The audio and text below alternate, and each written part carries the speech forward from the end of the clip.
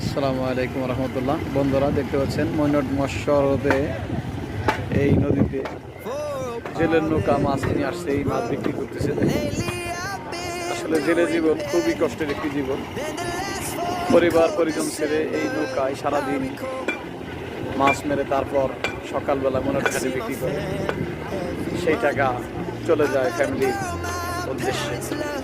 তো দেখেন বন্ধুরা, আপনারা তো মাছ খান, খুব টাকা আছে, মাছ কিনা খান, কিন্তু মাছ মারতে যে কত কষ্ট সেটা যদি একবার ভেবে দেখতেন তাহলে জেলেদেরকে একটু সম্মানই করতেন। আসলে জেলে যারা, তাদেরকে আমরা সম্মান করতে চাই না, কারণ জেলেকে মনে করি অনেক ছোট একটা প্রফেশন। কিন্তু দেখেন এই জেলেরা না থাকলে এত সুস্বাদু মাছ টাকা থাকলেও কিনতে পারতেন না।